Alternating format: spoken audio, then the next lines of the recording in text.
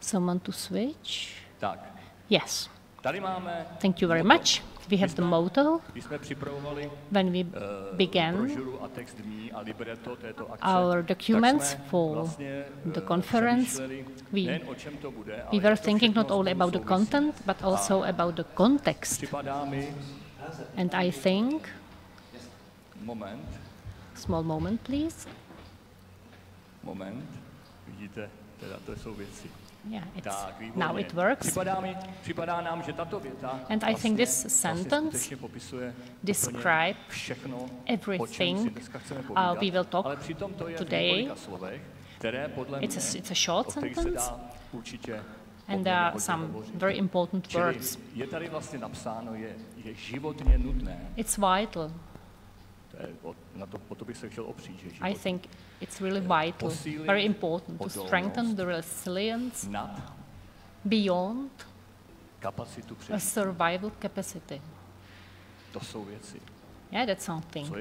What is survival capacity? Where is the survival capacity? And we want the resilience to be stronger or higher than just the survival capacity. We would like to have a long life and sustainable and inclusive growth. So that's for the beginning.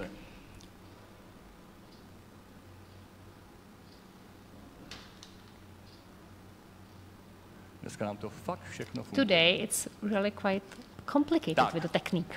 Yes. So now the symbols. I would like to invite you all to go for the sea, on the sea. We will make a cruise.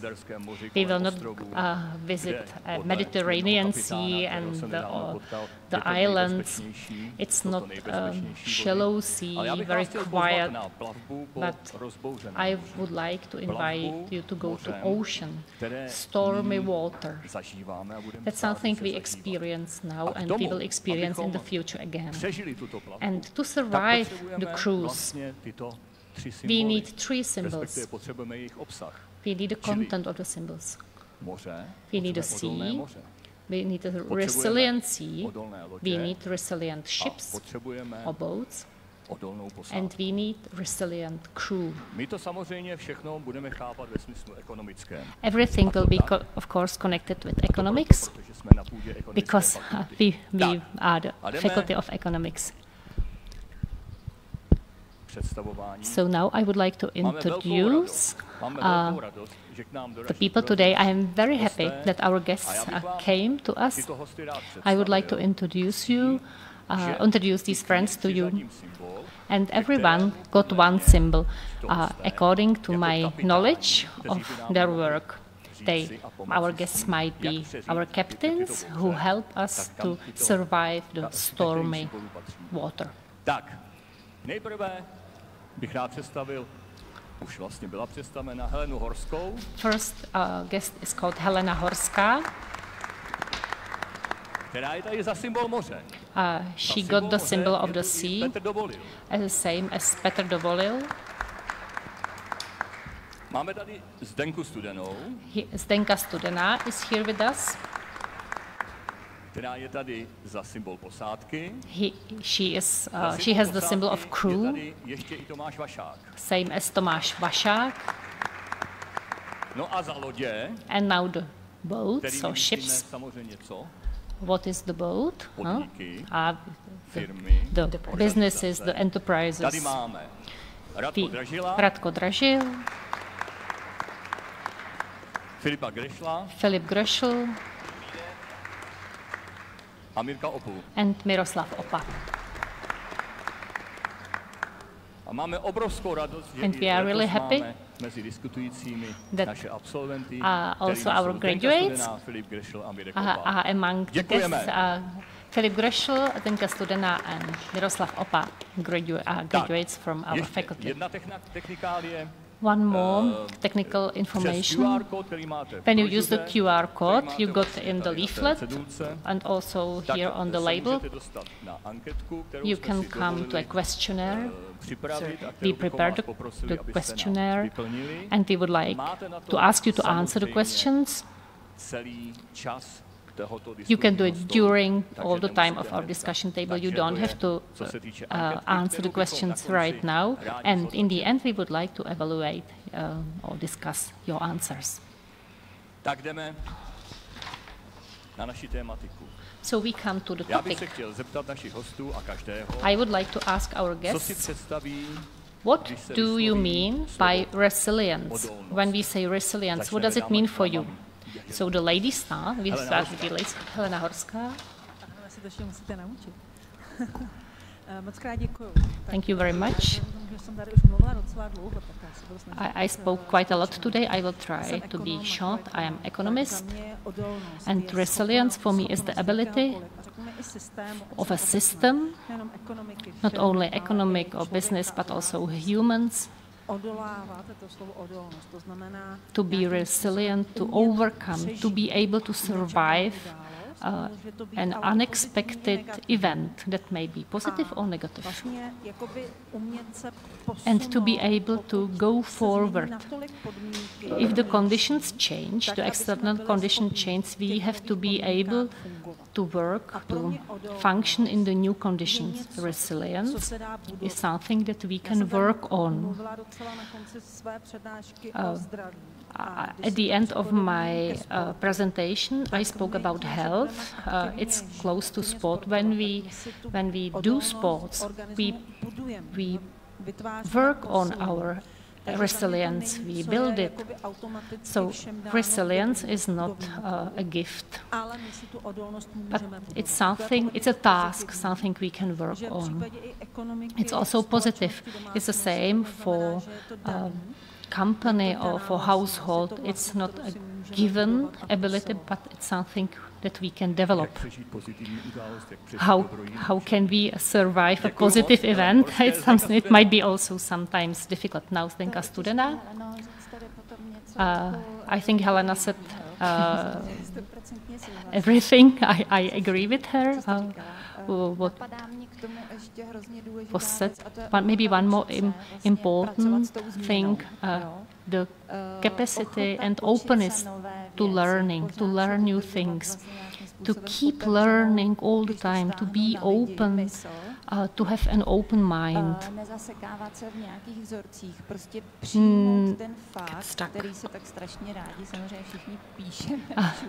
When something new comes to our lives, to always react to the event.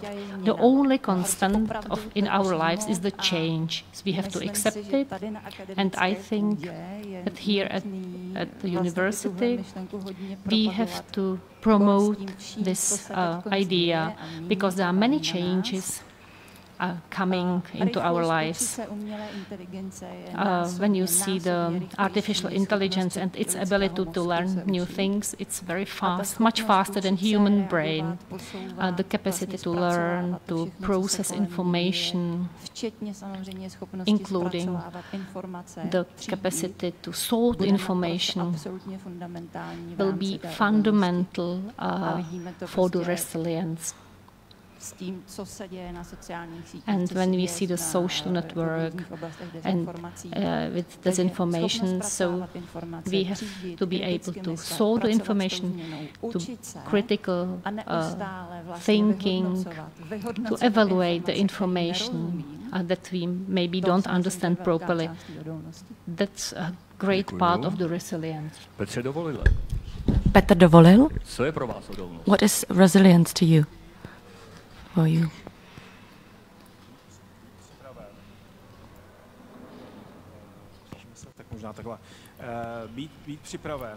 What is it to be ready to some situations that can go on for a longer period of time, or something acute as well? And I always think about Stephen Hawking's words that intelligence is the ability to relate to changes. So I think the resilience is very close to intelligence. sometimes people interchange resistance and resilience, and people interchange those.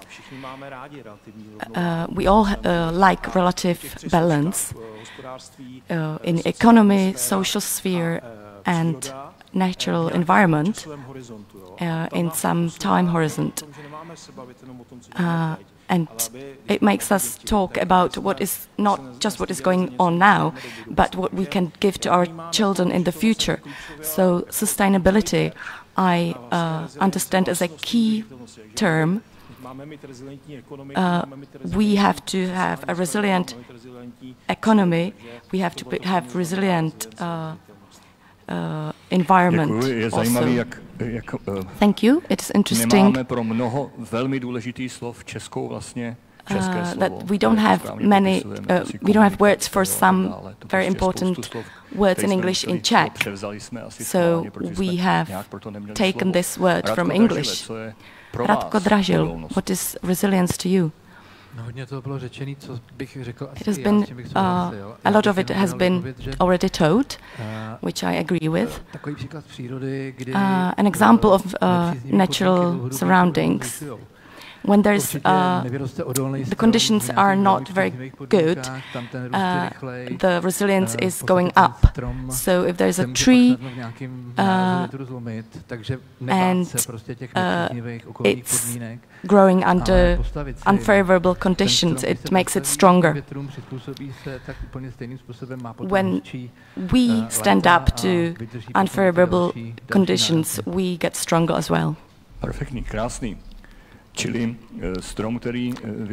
Very good, thank you. So the tree which is growing in bad conditions can take more than the tree which is growing in good conditions. Tak, Filipe. Filip Gröschl, thank you. Thank you very much for that, because there has been many definitions of resilience, and all of them are correct. I'll give you an example. For me, resilience is when a brave man said, I don't need a lift, send some arms. Okay, thank you very much. The last one, Mirek Opa. Thank you very much. I would sign all of these definitions of resilience that we have heard today. It is the resilience stemming from history and from recognizing what we already know and what already exists in the light of the speed of changing, for example, different methods of learning and so on. So from my point of view, the resilience is the ability to foretell the consequences of events that will come, and what I evaluate will happen according to what I know. So resilience for a man should be oriented into the future, because if we look into natural surroundings, it has long years and hundreds of years to accommodate to what's going on. But there are many trees that can break, and there's for people we have to be able to survive and not to break as the trees.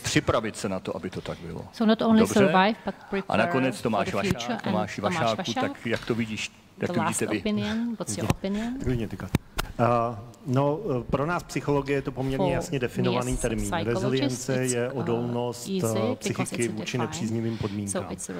Já když jsem přemýšlel na tom, když to vztáhnu k té ekonomice, tak vypíchnu jednu věc, která je pro mě hodně důležitá. Rezilience se odvíjí od toho, jak jsme vychováváni, jakou máme genetiku, tomu všemu rozumíme. Ale vzpomněl jsem si na pana profesora Matějčka, který říkal hrozně zajímavou věc, že to, aby jsme byli silní, k tomu potřebujeme takzvaně otevřenou budoucnost. Otevřená budoucnost znamená, že věříme, že ta budoucnost dopadne dobře. No, díky tomu vlastně jsme pak schopní tu svoji energii vložit do činností, do aktivit, které děláme. A jestli já vidím nějaké ohrožení rezilience, a ať už jsou to teda podniky, nebo jsou to lidi, nebo je to společnost jako celek, tak je, že jsme hodně masírovaní tím, že ta budoucnost se zavírá. A to si myslím, že může být riziko, protože nás to bude zbavovat energie. Bude nás to zbavovat síly s tím něco dělat. Myslím si, že je hodně důležité mluvit o vizi, která nám potom odolnost umožňuje, která nám umožňuje ty síly napřít. Výborně, moc děkuju. Takže už tady máme 7 představ o obsahu slova ideas about resilience. V lecčems byly velice společné. Přidali něco. Different sometimes, but very often very similar. It was about future, about now. V tom našem motu byl in our motto, we had sustainable and inclusive growth. We have heard much about sustainability. Inclusion is a word that sometimes is understood, sometimes not very positively. Tedy otevřená budoucnost je so the open future udržitelná a is inkluzivní sustainable budoucnost. and inclusive future, is Máte it? na to někdo odpověď? Have you got an answer? Anyone? Anyone, please.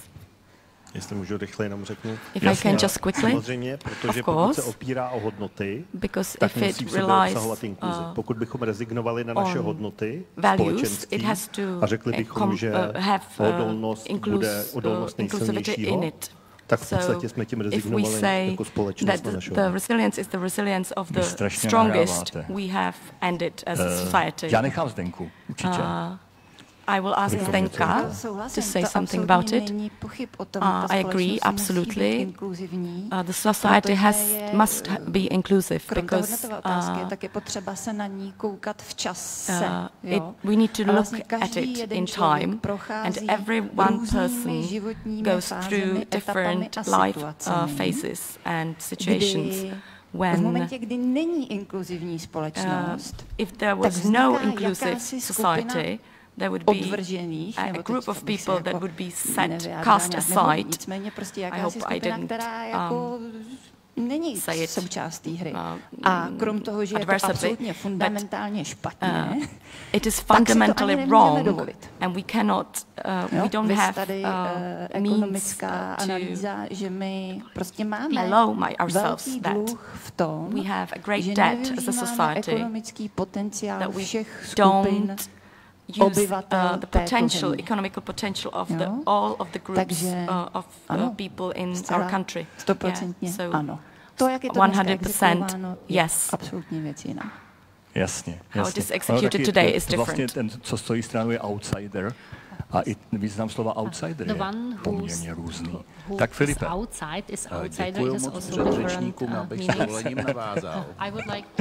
Velmi se mi líbilo to, co říkal Tomáš, otevřená budoucnost a nějaká naděje. A taky mě zaujalo, že se všímáme toho, že se zavírá ten společenský narrativ, že budoucnost jakoby nebyla. A když jsme se s Helenou bavili před přednáškou, co nás nejvíc brzdí, tak je to nároková společnost. Protože lidi, kteří si myslí, že mají nárok na vyšší důchody, na lepší sociální zajištění, aniž by cokoliv museli udělat, tak tu budoucnost opravdu mít nebudou v tuhle chvíli. A naopak je tam naděje, že každá svoboda se pojí s nějakou odpovědností a s nějakou společnou povinností, kterou všichni máme. A já se s dovolením ještě jednou vrátím k té Ukrajině. Podívejte se, jak to zvládají ty lidi. Já ti moc děkuji. Teďka jsi mi krásně nahrál, protože já jsem na začátku chtěl mluvit o tom, že jsme k naší zelené přiřadili i bary od bílé, šedé až po modrou. Nejen proto, že nyní absolvujeme plavbu, ale taky proto, že modrá je barva naděje. A modrá je dobrá. Tak, ještě někdo máte?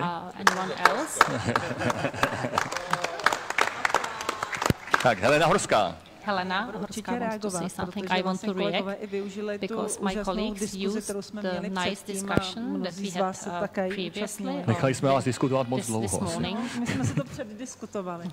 No, protože pro mě je opravdu o tom, že chceme-li někam tu společnost posouvat, tak my potřebujeme tu loď posouvat tou celou posádkou a všichni musí být nějak zapojení. Všichni mají nějakou roli. Není role méně významná a více významná. A bavili jsme se to ten příměr, kapitán může řídit loď, pokud ta posádka, každý ten člověk své posádky ví, co má dělat, umí tu svoji roli a profesi a zvládání. Takže kapitán sám na lodi toho také moc nezvládne. A mě to zase připomíná ten katastrofický film Dokonalá bouře. A já to slovo dokonalá, The Perfect Storm, používám často právě k příměru toho, co jsme zažili. A to byla vlastně covidový šok a pak ten post-covidový nepodařený restart a pak následná ukrajinská krize a energetická krize, cenová krize, jak to všechno můžeme nazývat. Takže za mě, a já to často právě připomínám, je to slova pana profesora Barty, historika. Professor Barta, he is a historian, he says, opatrně používejme slovo we must be very careful with the word resistance, because in Czech it looks like negative energy. Dáváme do jedné. We think that we often experience resistance very negatively, but resilience is not anything negative. We are not against any changes, but we are open to the change. In the film Perfect Storm, it's the ability to master or control the ship even in very stormy water. Not say the sea or is too stormy or the waves are bad. We will not say that there are no waves because there are very high waves in front of us. But we do not want to exclude members of our crew. Everyone has to be included, everyone needs to understand the goal, and everyone needs to cooperate. So resilience is not to be negative to the change, but it's to search for the goal, search for the way that leads to the goal, and to minimize the loss. It's in front of us. Very well, because we have all lived through the perfect storm, but we will also live through them in the future. Petr Dovolil allowed me, also Helena Horská, to get into your sea. So now it's your time, because we are in the business resilience, economical resilience. We will all need inclusion once in the beginning or in the end of our life. So there's a bad imagination that it's nothing to do with us because we will all grow old one day. So what we need is what the old civilizations has said was very wise, or wisdom. We want to be tolerant not from the short term, on the short term basis, but from the long term basis.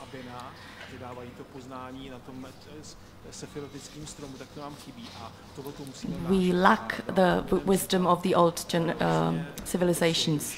One example from nowadays life, when a sportsman wants to win,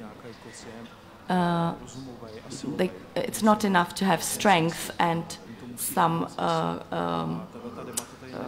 but also he has to know why he's doing it. So we run somewhere and we don't know where. That's not going to work. So the debate about the vision, why we do it, has to be on the table, because if we don't know where we go, we can get somewhere else than where we want to be. About the sea and the economy, we started to say that the natural surroundings and the economy has to be resilient both, and if it's imbalanced, that's wrong. And we have to understand that the changes that have started are part of capitalism, and the allocations of capital will decide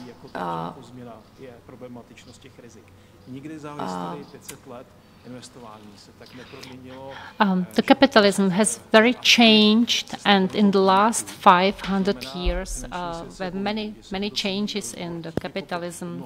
We have now the influence of climate change. It influences the business in areas that are close to the sea, so we have to measure it, and we have to measure the environmental factors, because things that we can't measure, we can't control. So now we have to measure also the environmental changes. So we don't have to make cultural wars, but we have to understand that capitalism is changing and it's a big transformation. And when we don't understand it, then we will be lost. Co nejde měřit, what we can't measure, we can't control. Jsem se prál celý život, I struggled with this idea all my life, because 20 years I worked for a big company. But the worst thing is when we measure incorrectly. I think it's important to consult it, the collective intelligence, and we have to include more perspectives. And with every tool we use, more people have to be heard. I work very often with ESG and with sustainable finances, and in the team there are 30 people who are discussing the things. Their solution will be not the best one, but it's better than nothing. If you don't discuss the thing and include the perspectives of more things, we are lost. Všechno se agreguje, všechny ty neprohlédnutelné oblasti rizik a nejistoty. If all the uncertainties aggregate, it's clear that just that it's not just by chance that we will arrive safely to the port.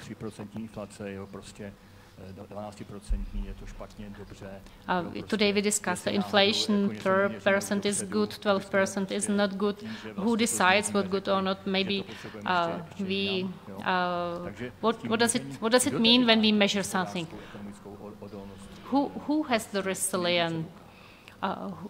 Who has the economic resilience in his or her hands? Helena Horská wants to answer. Of course. If we have the ship of Czech economy, then it's the government who controls the boat and has the political responsibility. When we see the social networks, there are many discussions. If also maybe this discussion is also in Europe, maybe it should be the experts who control the role. But I say no, the experts have no political responsibility. They have no political mandate. They are here at the Faculty of Economics. We can discuss how can the central bank decide about the stability when it has no political mandate. For someone, 2% inflation can be good. For some other people, can 2% inflation be bad? Who should decide about the inflation goal? If the expert say it, it's called a demographic gap. Democratic gap. I don't think that it's good that experts should control the ship of our country, but experts should give feedback. It's the same as in a company. There is the CEO, the general director, the owner of the company, who should control the boat, and then there are the specialists on individual level that should give him open feedback and say, yes, if you want to go this direction, we have to do this and this and this. And I think this is also my role. I will not set the goals, but I will say what we have to do to come to the goal. I have a different opinion. Yeah, that's good. That's we are happy with different opinion. Money should be the first. No. The mechanisms. No one wants to say after 15 years, we didn't expect it. We wanted to make a bridge for 100 years. And after 15 years, it broke down because the process was not good and the bridge is wrong. I feel that the community, the financial community understands it. We have to include the risk in our investments, and if we don't adapt, we will lose. Our ship will go to the sea bottom, sink. We have to feel the opportunity to do something that would help other companies to invest in the Czech Republic. It's a great paradigm shift. We don't discuss it very often. We live in short-term ideas, and we don't see the long-term future. And it's the political leadership who should see the long-term future. The financial market has to work well, should bring good investment, and there should be someone who creates good conditions for it. If we succeed, it will be good, the future will be good. No, I have a different opinion. I think it should be the governments who create the conditions, because capitalism works on incentives. If you give good incentive, for example, when we have the prices of food, there should be the real cost, the impact on the environment, the transport cost, etc. Then we give clear signal to the consumers. What do you want to consume? At what price would you like to consume it? But someone has to give the incentives, because we, as consumers, we orient ourselves according to the price. We could see it during the pandemic. I said we shouldn't make any limits of the prices, because the key factor, price, doesn't work then. Then you don't influence the consumption. You don't allow the consumption to adapt to new conditions. For me, it's important that the government understands the priorities, has the vision, where we go, and define the roles for the crew on the boat. And then there are the normal economic principles, how the prices are created, and it's good when we have no oligopoly, but we have more companies that create a competition, but there are many risks, oligopoly, regulation, funding, lobbying, etc. So the situation gets quite complicated.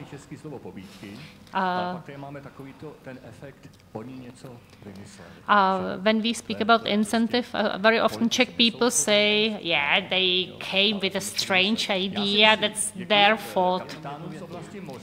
Thank you. Radko Dražil wants to say something. I would like to add something. Politicians should decide on the base of discussion with specialists, and not on the base of wishes of people who vote for them. It should be the responsibility of politicians, but many politicians are populists. They want to do what the voters want, because they want to be elected again. The politicians behave very often according to the wishes of the voters, and that's not good. I think that very important is also the voice of intellectuals, people from universities. Maybe in last 15 years, the voice of the intellectuals is not heard very often. When we speak about the vision for the future of our country, it must be defined by something who has the intellectual potential. And it can't be the vox populi, it can't be the consumers. And if we have the government for 4 years and the populism is very strong, then it's quite difficult to hear the intellectuals. Yeah. We are at the end of the first block, maybe some more comments. Last sentence. If we speak about sustainability and want to find it in the competency law, it's not in the act. No one's deals with resilience in the laws, in the acts. One more thing.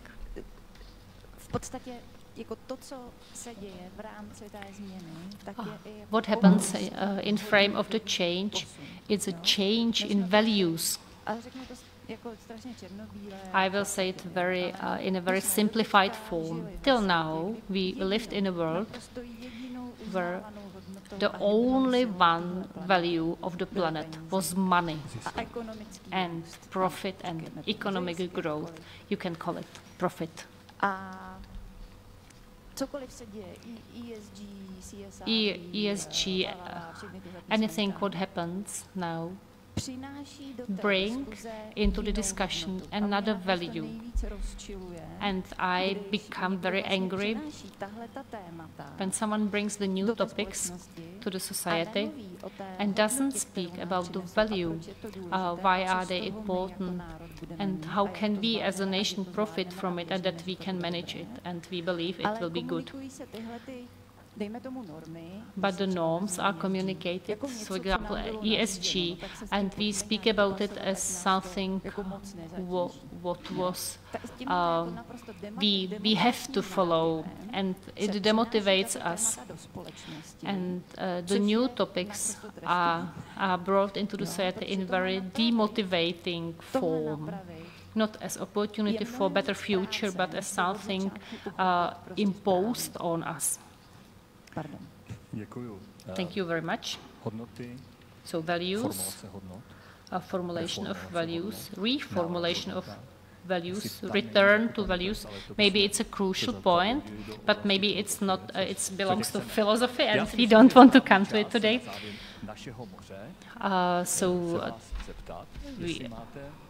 Maybe are there any questions? Or maybe a comment?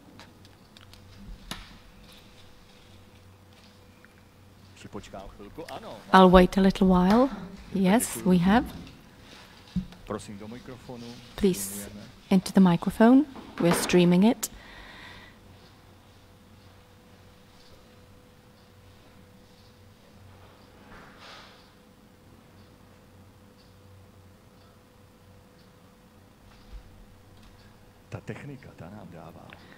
The technical side of things is very hard today.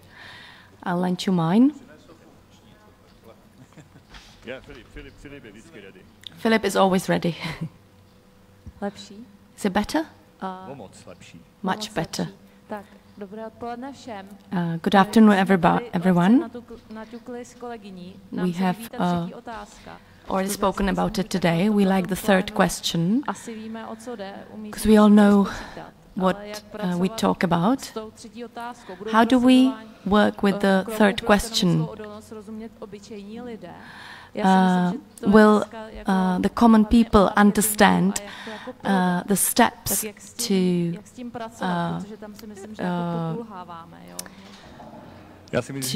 enroll for the economic resilience? I am the closer to the microphone, so I'll reply. One proverb says, those who plan the battle do not battle the plan. So the ones that define the changes are not resistant towards the change steps. The politician is deciding in a dialogue with the people, so don't expect the captain to save you. If the captain's crew is not very good, then he won't do anything.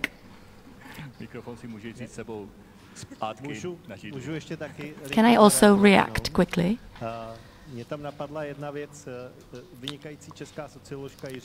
Jiřina Šiklová, a brilliant Czech sociologist, started to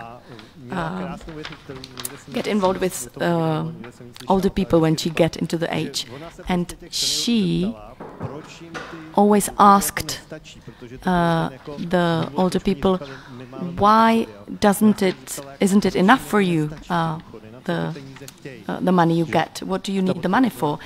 And the reply was that they wanted to send the money to their children. So we need to understand the meaning of the things. If we don't, if we are not able to explain it to the people, then they won't hurt us. So if we can explain the meaning of it, then people will understand us. So it's more work in the Czech Republic, and that's might be the reason. I had the same thought. I remembered Sting in the 80s when he was singing, "I hope the Russians like their children. I think the future is our children." We have more. There's more we can do. This is the key piece of news. The businesses also have to be heard more, because all the cultural wars, there's no supporting environment being created for us to be to succeed in the future. I will ask Filip again. What shall we do about it? I don't want this question to be forgotten. I would do my little personal coming out now, and I would like to use the invitation from the university. And 30 years ago, I got education here, and I started to build my own resilience. Then the family came, and I was trying to find work. So then I worked on my working resilience or work resilience. But one thing I didn't do, my social resilience. I lived through 20 years of government and presidents that were, in my opinion, not very good, and I didn't know what to do about it. So I think we should be interested in this society and what we can do about it. So I would give the word to Mr. Mirek, the captain. Mirek. Now we would like to speak about business resilience, and Miroslav Opa will speak. So how should we build a ship to survive the high waves and stormy water, and to navigate and to overcome the waves? We have more ways how to achieve it. The ship has to foresee the behavior of the wave. It has to be able to test its resilience in advance in many ways with many tools. We have the tools already. We have different stress tests for information system in a business. We have emergency plans built on experience and that foresee the steps in emergency situation. Kde si myslím, že ty lodě mají slabinu, je to, že some problem for the ships can be if they don't want to communicate the needs with the sea, with those who create the waves. It means the government, because businesses think how to decrease the tax load, how to get money, but they don't create pressure to the system to be created good conditions for the boat or ship to be resilient.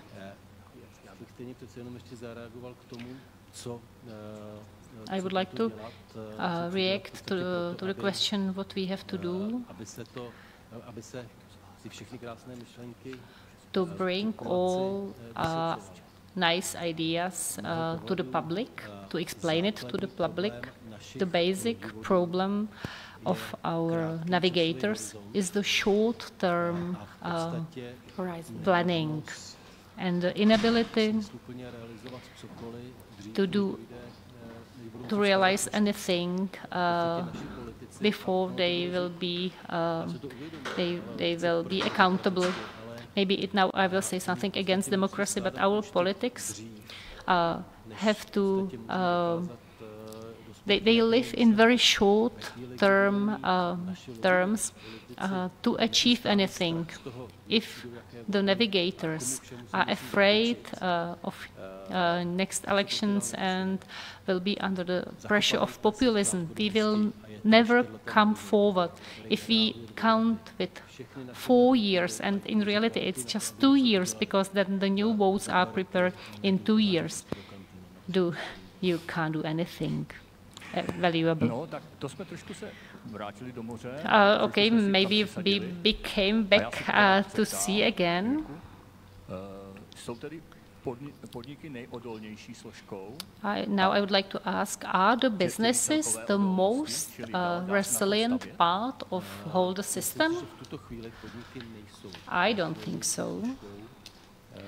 The businesses are not the most resilient component for the whole system. No, they just react to what happens in short-term horizon.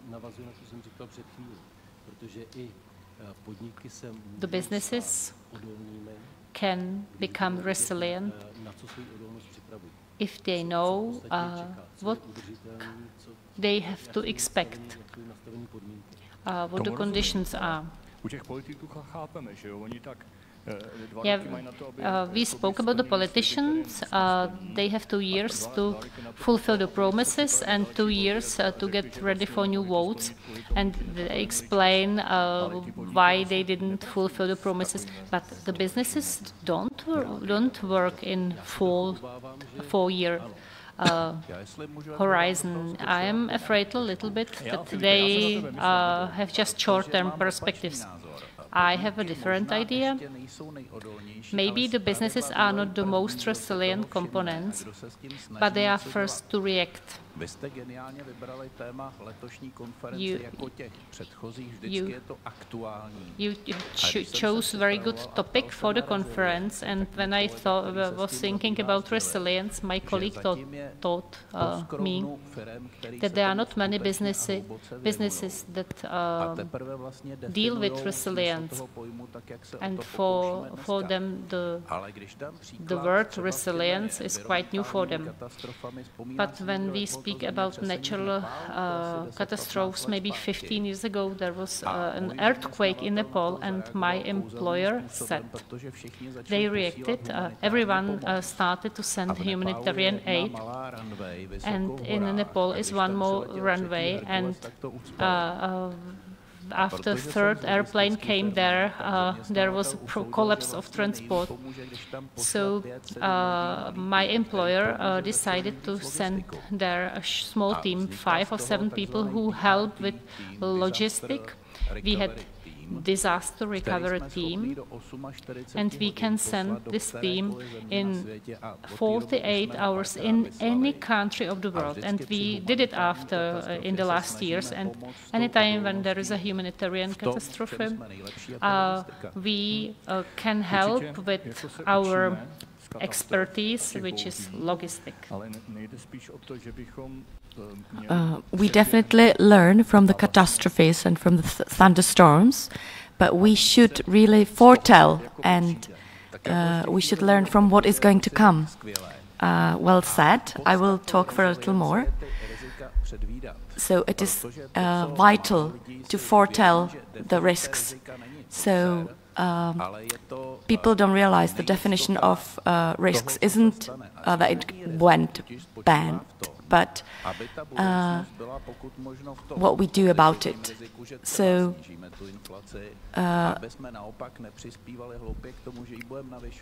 for us, we should try to put the inflation down and not up, for example. Thank you for the captain. And another captain, Radko Dražil, please. The business resilience, for me, is to be able to adapt new technologies. Because if I stay with the ships, if we don't, we will just use old wooden boats. The development is very vital, and when the things get better, when they get new technologies, they can react faster and they can be more resilient, face more challenges. And another thing that is important for me is how we, if I look at the crew, how we can find the best positions for the people in the crew, so that the cook is not leading the boat, for example, or so it's very important to find the strength of the people, what they are good at. And if we do it in the whole company, the potential of the firm will rise. Okay, we will stay in the business resilience. Still, it's the same like with human health with businesses.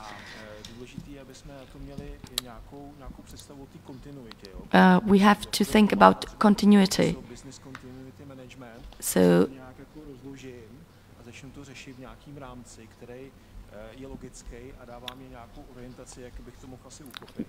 we have to have a framework to deal with in. There are 12 new proposals, European proposals for sustainability, and the companies will have to reflect the resilience, because the bank will need to know if they work with resilience or not. So the businesses will be forced to think about this topic. And sustainability becomes something that must be necessary. So the navigators and also the banks will be forced to think about sustainability and include it in the decision processes. And each bank has its risk management team, but the government has no risk management team. We have a strategy from year 2015, but we have no complex risk management system for the government. And I think maybe the private sector will start, because we have to consider the risks. And there is a question if the private sector will lead cultivated discussion, maybe also in the media. We need to change the metrics of our thinking. If we change it, then the preferences, it will be a very important change.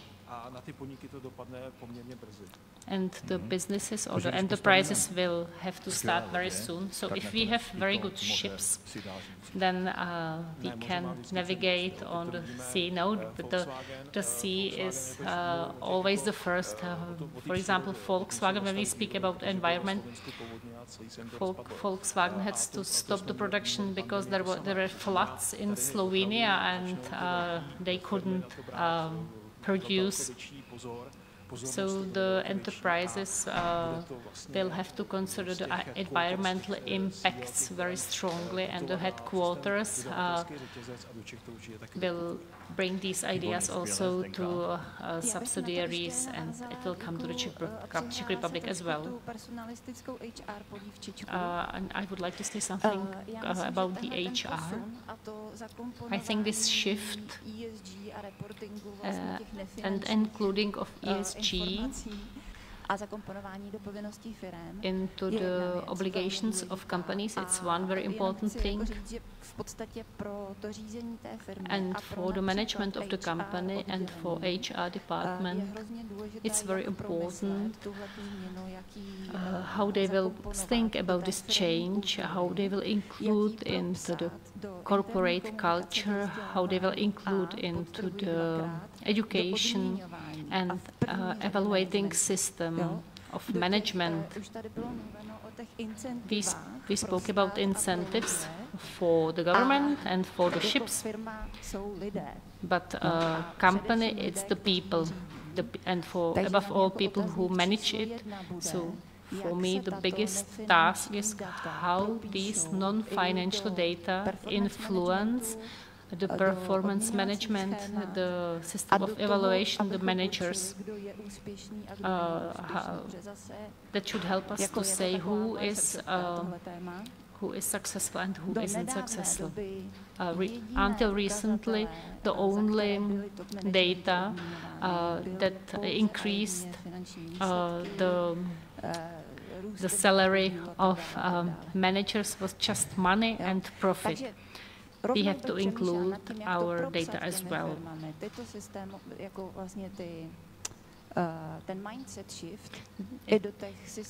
There should be mindset shift also in the policies of the businesses, of the internal norms, etc. We are coming slowly to the crew.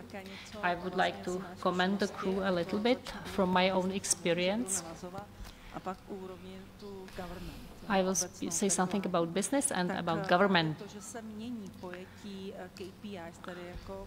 KPIs are changing and the data are changing. The data we use to evaluate the work, the management outcome. There is a pressure from above and from below as well. I know that on the market there are goals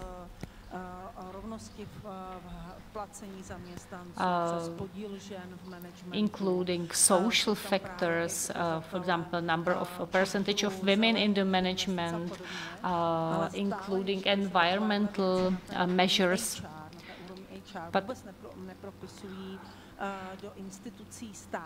But these changes do not influence the government. So in businesses, it's quite developed, but in government, we are on the beginning. I remember when we, with Danuše Nerudová, during the pandemic, we prepared a strategy of Czech Republic for the post-pandemic era. We came with the term Tomorrow for Czech Republic.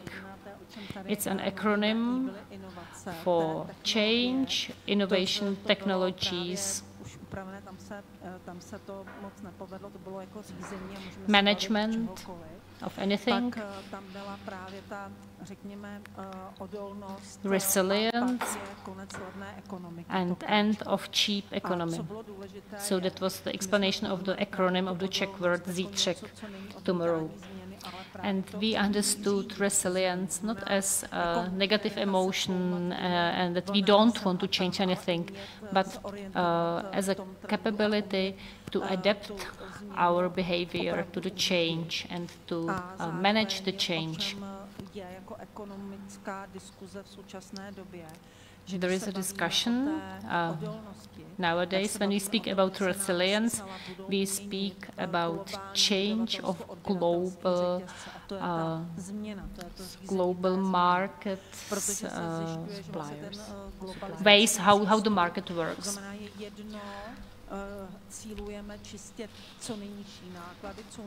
So we want to have the lowest price and lowest cost, but we don't see how many thousands of kilometers that the goods are transported. The goods are transported all over the earth, and it's bad. We have to reflect also these transport costs into the price, not also the explicit cost, but also the load created on the environment. We have to include also the economic problems. So then the global work of business changes quite in a strong way. So these changes, I'm interested in the global, governmental and local level.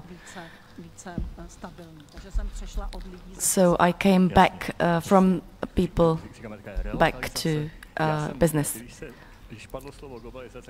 When the word globalization was uttered, I remembered that the globalization is not such a good thing anymore, and I thought Filip will want to have a word about that.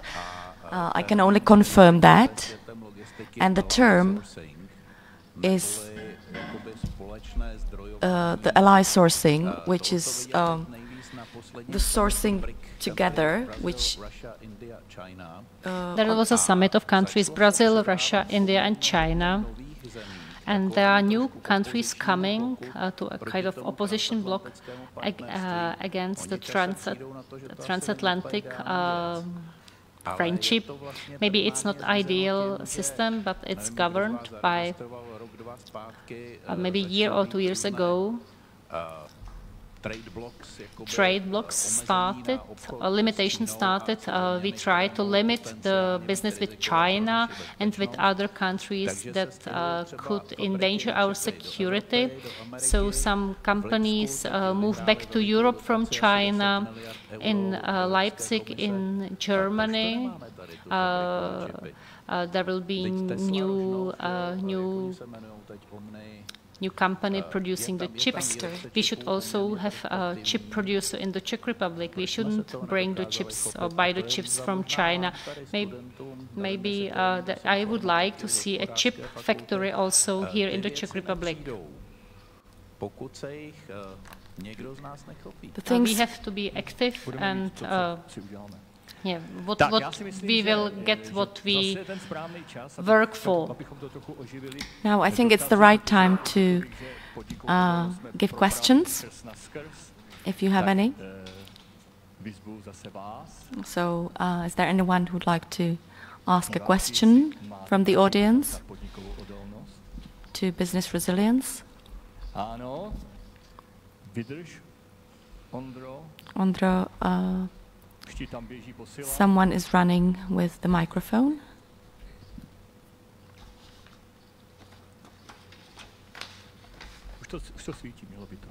It should work now.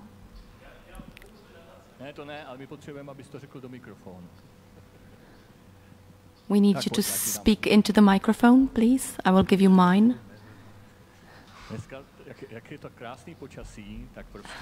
Because it's a very nice day today.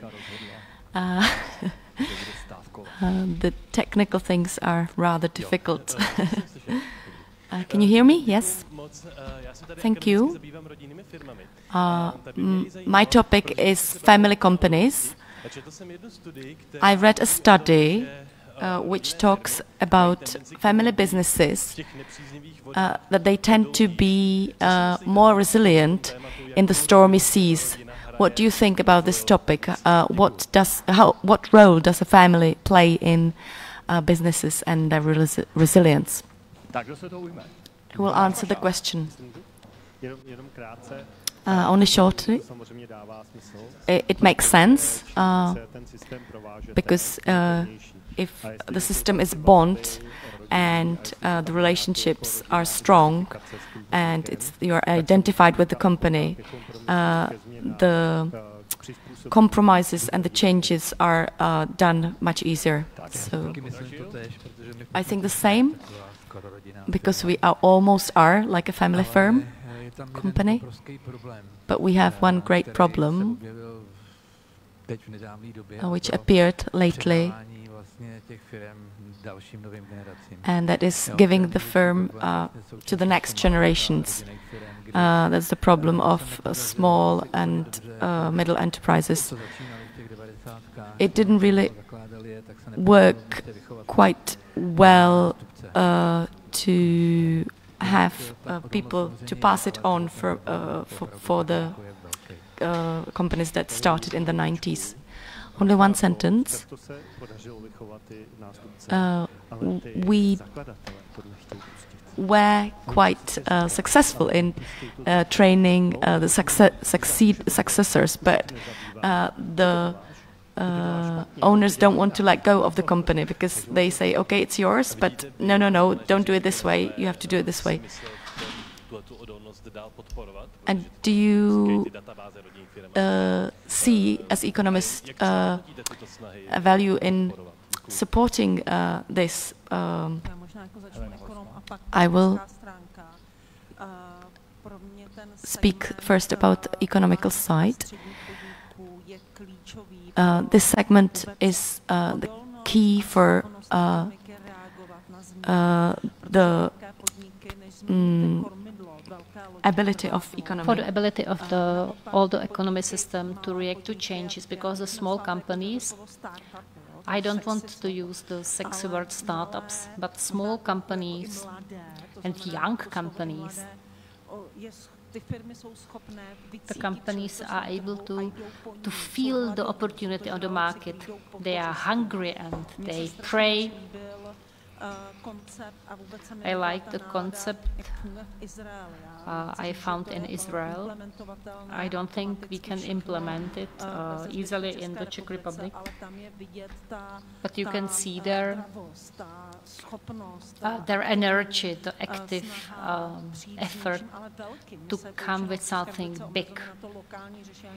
We very often think locally in the Czech Republic, but the companies in Israel, they think globally, even if the company is small and is a startup. So I think the progress of small and middle-sized companies is very vital for the progress of all the economy of the country. We have to, the competition among the small and middle-sized companies is very important. We need it because they can endanger the status of oligopols. So it's vital for our country. Thank you very much. It's interesting.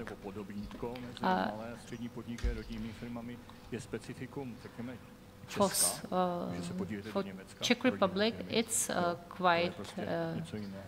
There is a specific situation for small companies in the Czech Republic. In Germany, it looks differently. And we spoke about the parents who don't want to give the companies to their children. Maybe the young people create their own company and not take the company of their parents because it's more easy. We didn't answer the question. There was a question, why do we think that the family companies are more resilient? We didn't answer it. We discussed other things. Maybe I would like to answer the question. I think that family businesses are not, they don't think in short-term perspective, and they think in long-term horizon. They are not controlled by finances or profit. vision of profit, but they were created to create a good environment for the family, to develop the family. Family business, it's not just startups. Maybe it's a little bit different segment, and I am not sure that family businesses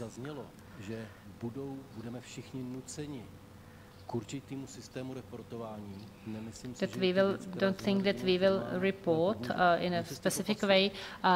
It won't be helpful for family business because they will have to pay some experts. The value of such a reporting is low for us, and it will just be a bureaucracy for the companies. When I consider the family company, if there is a danger, then everyone comes to the team and helps.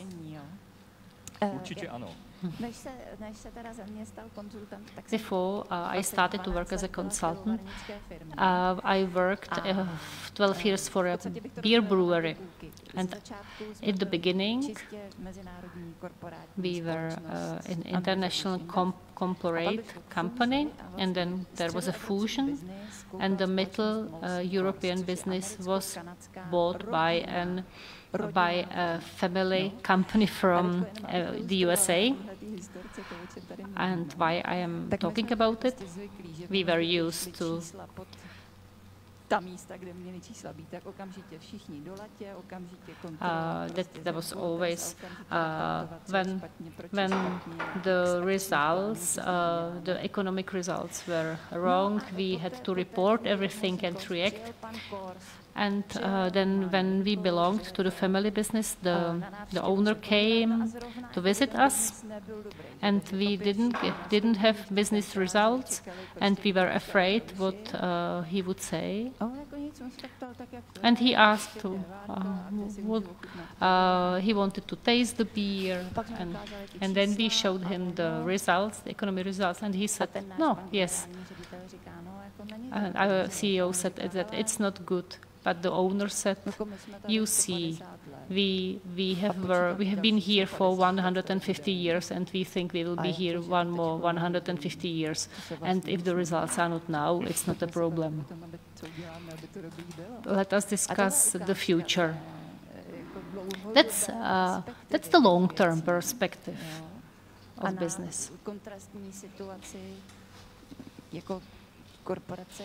When you work for a corporate, it can generate a huge money in very short horizon. But I would just like to stress that the difference between the long-term horizon and short-term perspective. We speak about hope, blue. And the last topic, but I would also like to say something about responsibility. So I have worked in McDonald's for 16 years, and the company, when any projects was evaluated, and if there was something with high risks, we wouldn't go for it. So I think it's the crisis of responsibility. In the past, making decisions was not connected with responsibility. And if the sustainability will become the responsibility, it will change a lot, because and also the state will have to react to it. There's another question.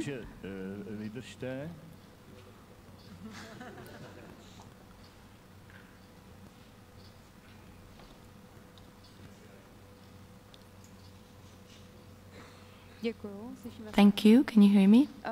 Já bych se strašně chtěla zeptat, co se týče rodinných podniků a předávání. about passing on family businesses. What if the son takes the family business from the founder, and there's an offer from the corporate from abroad, and all the business is transferred to abroad. We are discussing how the Czech Republic can develop, but we don't prevent the companies abroad to buy our Czech companies.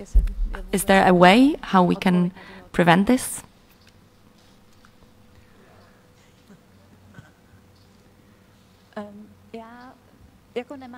I don't have any answer to that.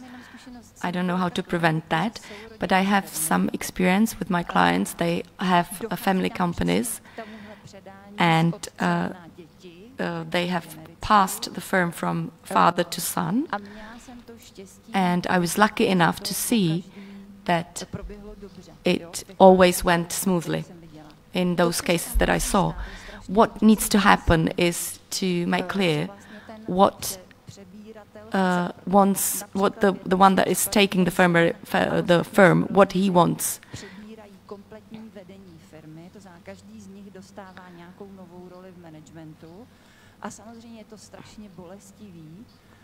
It might be very painful, but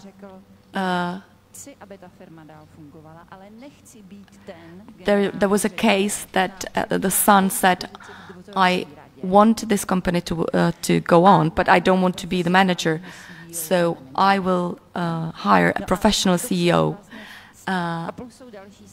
So there's many scenarios how it can go. Nevertheless, it's very important to really think well about what I want and to talk about it in the family. And the founder needs to decide what future he wants for his company. And if he sees what he knows what roles the children have to play or want to play, and he has to be happy about it. But sometimes it can't be prevented to that the company is bought by one from abroad. I will react as an economist. I don't really distinguish the capital from it, where it comes from. If the capital is good for the society, it's good for the place where the company is thriving, then I don't really mind where the capital is from. Of course, I am interested in when the money from the investment goes to other countries than to Czech Republic, because there are many investments in the 19th, and these investments matured. And logically, every investor knows that they will get the money back from the investment and then decide about new investments. And I think it's not good for the Czech Republic because most investments are matured and we are not attractive for new investment, for the investitions to be reinvested and stay in the countries, and then the investment goes abroad. And it's the problem of incentives. We are not attractive for new investments that were used or common in the 90s. It's also positive because we are no more a developing country with low wages, so the contemporary investment should be different, but we are not successful in attracting other investments. I find it very negative. For me, it's not important where does the capital come from. So there are many cases. The family companies also go to abroad. There are many cases, maybe hundreds of cases. But for me, as economist, it's not important whose capital is it, but important is how does the capital behave and how does it improve the economy of the country and if we are attractive for new investments.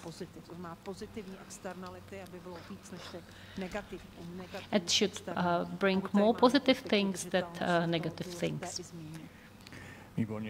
Thank you very much. And we came to the crew, but we have been discussing the crew before. I have two definitions. One is psychologist, and one is from psychology, and one is from sociology. And we have also two words, social and societal. Resilience of individual and resilience of the society. Tomáš, could you tell us something? And in psychology, people should be resilient.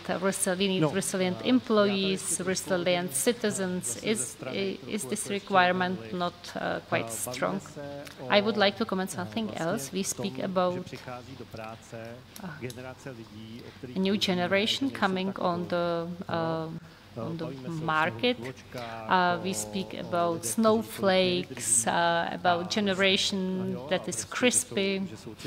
They are very sensitive, and they come to situation of a perfect storm.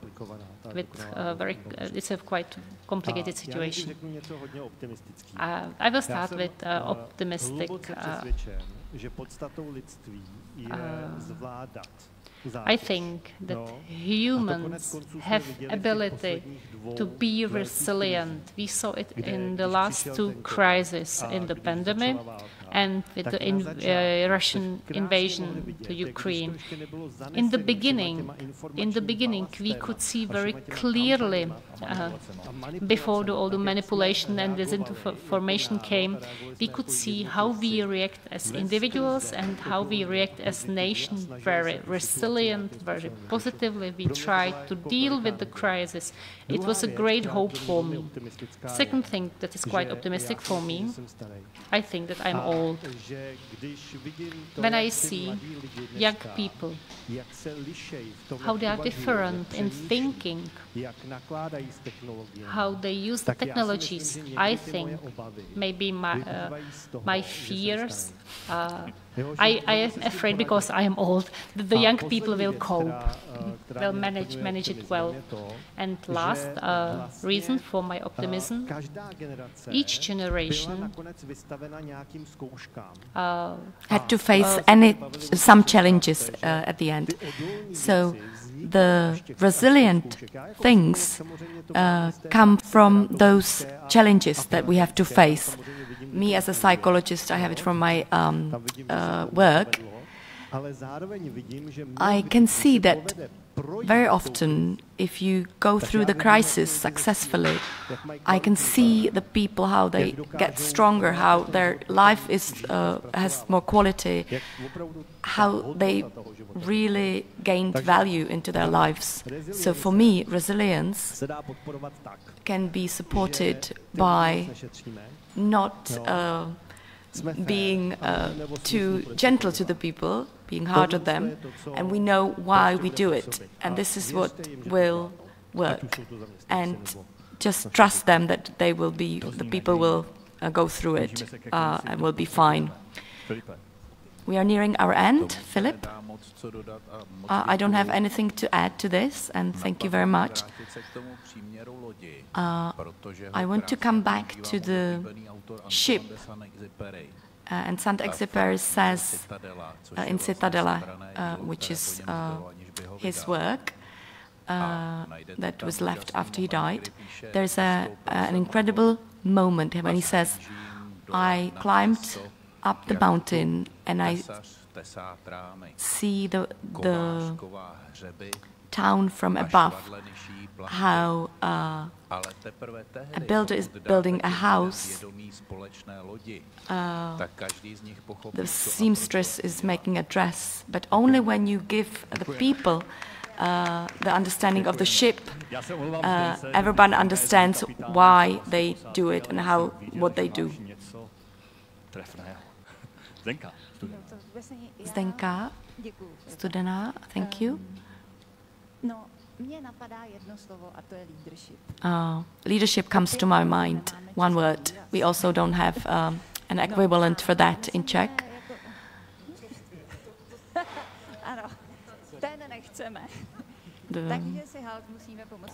So, yeah, we have to help with an English word, leadership. And if I think about a crew, it needs a leader. And then I'm also in transforming the values. The leader is the person that can create an environment for his people, so they can function 100% of their potential, with 100% of their potential. Not the one that says, I'm the leader, I will say what you do, but the one who is creating environment for his people to fulfill their potential. When in COVID, people had the space to function rationally by themselves. Everything was well until someone else came into it, some other leaders. So when people have the space to do what they need, and they have the leaders to give them the space, and they don't regulate them, then it will all come to a good end. Coming back to diversity again, in the framework of ESG and social pillar, there's the whole agenda. We need to create environment we don't have at the moment in the Czech Republic. The Czech ship now, we put mothers and children into one cabin, older people into the other cabin, you sit here and watch TV, and so on and so on. But we lose the potential of all of those groups that they have. And the only thing that it needs is the leader that is willing to give everyone the conditions and the environment so that they can function to 100% of their potential. So, for me, one of the things that we need to learn is to make conditions, to listen to the people, to see what they need, so that we can use the potential of everyone that is here and make the right conditions so they can do whatever they need to do. And leadership, the main shift is from the directive leadership that needs to be extinct to a servicing leadership and very brutally hard-working leadership, because there's a lot of work to be done. So we need a captain of this sort. It's time now. Yes, it's time, and now it's time to get to the end, but we still have a few steps to take. The potential is, from the physics point of view, the energy, how they... We have the Czech word, the leader of the ship, so-called. So in our sense. Radko Dražil, a very important word is adoption. If the people do not adopt the ideas and the vision and the goals, we can't move forward. If the leader can't present the goal, the plan and the vision, it won't work.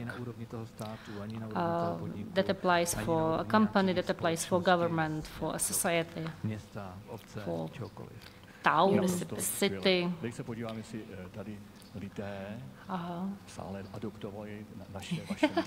Now I would like to see if the people here adopted your ideas. Are there any questions concerning social resilience? Yes, we have a question.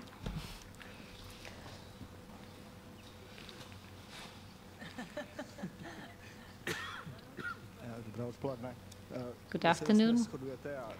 You agree if the company should work well, it needs a common goal. But what should be the goal of the company? What should bring future, hope for future for the company? Maybe you can answer that you don't know, because it's quite a tricky question, quite complicated one.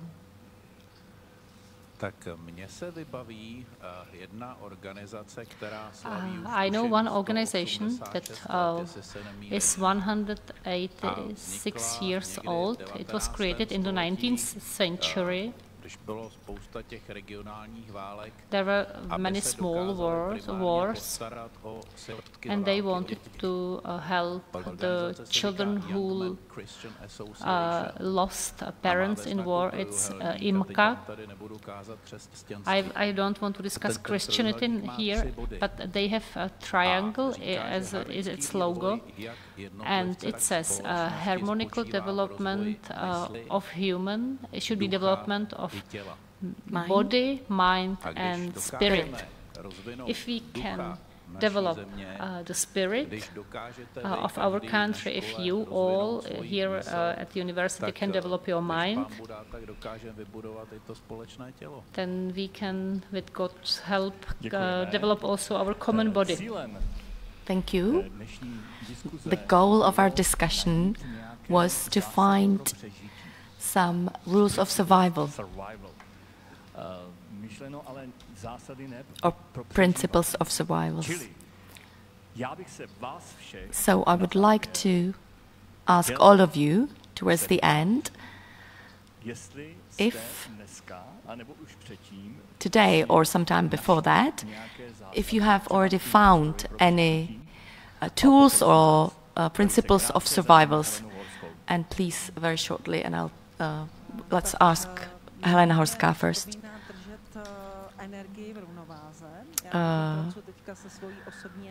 I work with my personal energy at the moment. It's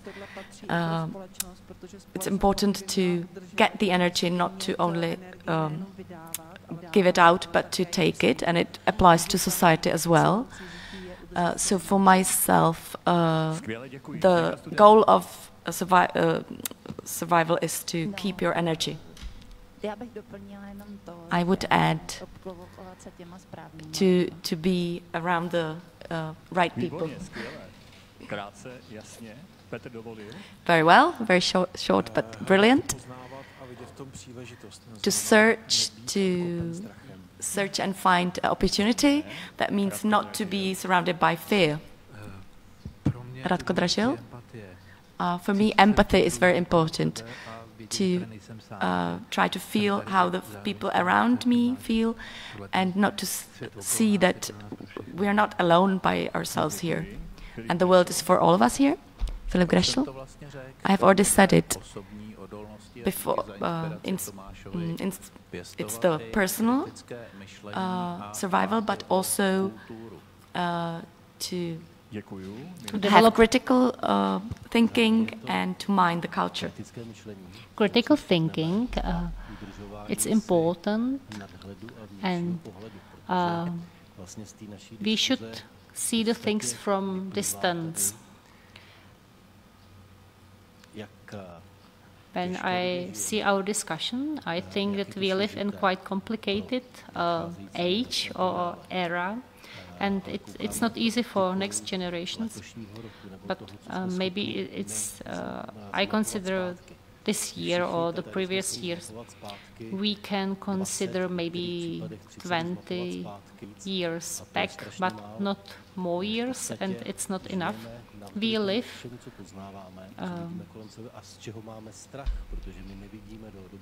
we can't see the future, and that's bring fear to our lives. But we don't understand that our situation is really good. We have enough food. Yes, we had pandemic, but in last 1,000 years there were many more pandemics, Spanish fever, etc. It was not exceptional. It's quite common for humanity. We have enough food. Energy crisis is also quite common for human history. So I think the key for survival is the optimism and hope and the trust in humanity that we can move forward. Because we have always mastered it in the history. Yes. We survive ourselves and we are able to move on. I can only say yes. And my thought is we shouldn't be in the fear. And it's very important that what we have in the information world around us makes some reality for your mind. But it's something that it can create the feeling that I can't stand it. It's too much for me. But I think the path is to look into the future, the open and positive future. It doesn't matter if we are in a personal situation or a social situation, but the more people look into the open future, the more chance there is for us to survive as a society. Já myslím, že nyní ještě vám nechal otázky po tom, co jste slyšeli, vlastně je nadbytečné. I think all the questions we have asked were good questions, and there's no need to ask others. But Petra has thought about the rule of 5 Ks. We have all the things that we need as the tools for survival. We need the survival compass, we need the survival ring, the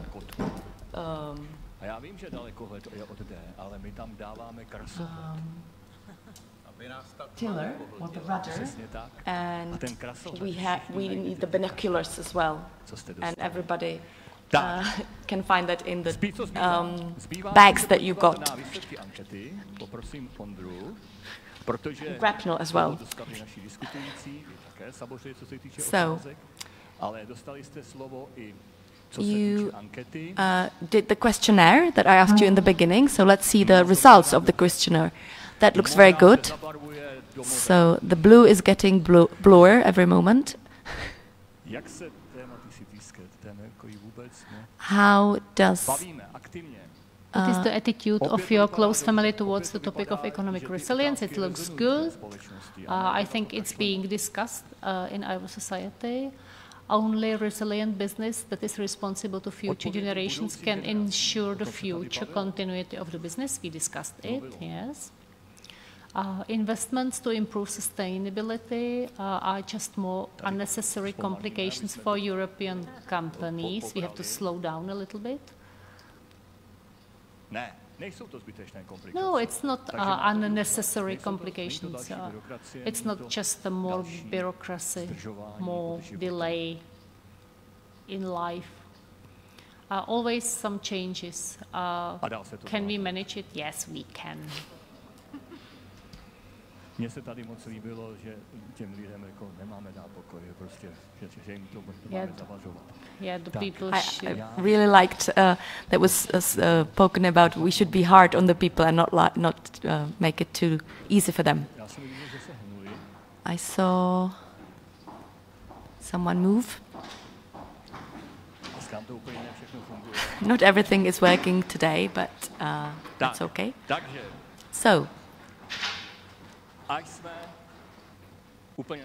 we are at the end.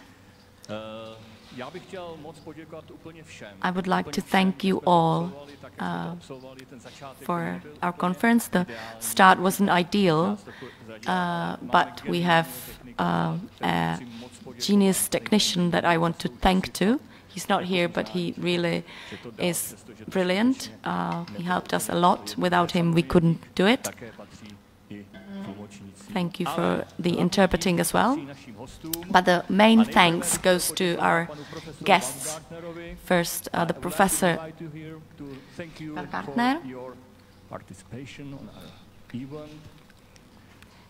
Thank you for your participation on the event. Thank you for your presentation.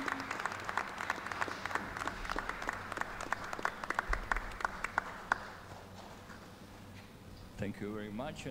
Thank you very much. All right. 15 seconds. 15 seconds. We know about it. From bottom, yeah, because it's quite dangerous. It's quite heavy. It's a heavy present. Hold it from the bottom. And then I would like to thank to our captains, sea captains, that were here for 3 areas, for the area of ship, crew, and sea. And we learned that one cannot exist without the other. Thank you to Helena Horská.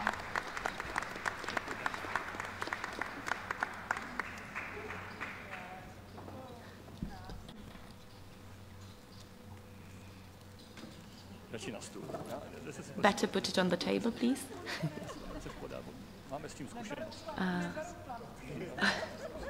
We have experience with that. The partner of ours, společnost Kaufland, has given us the gift. Thank you. We thank to Zdenka Studená as well.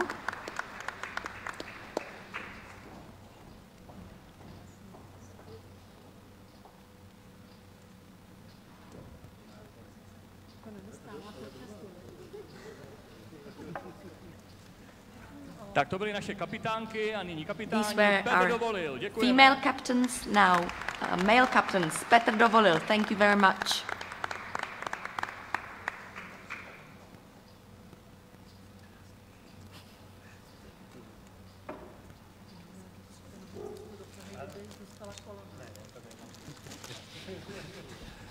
Radko Dražil. Radko Dražil. Děkujeme.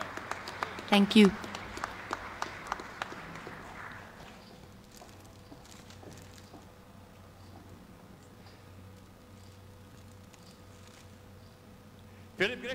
Filip Gröschl.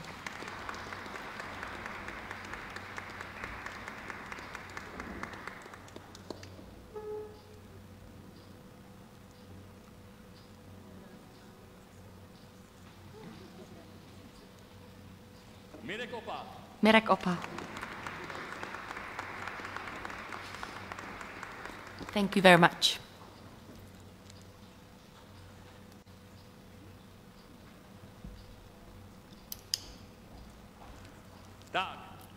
So, the last one, Tomáš Vašák, thank you.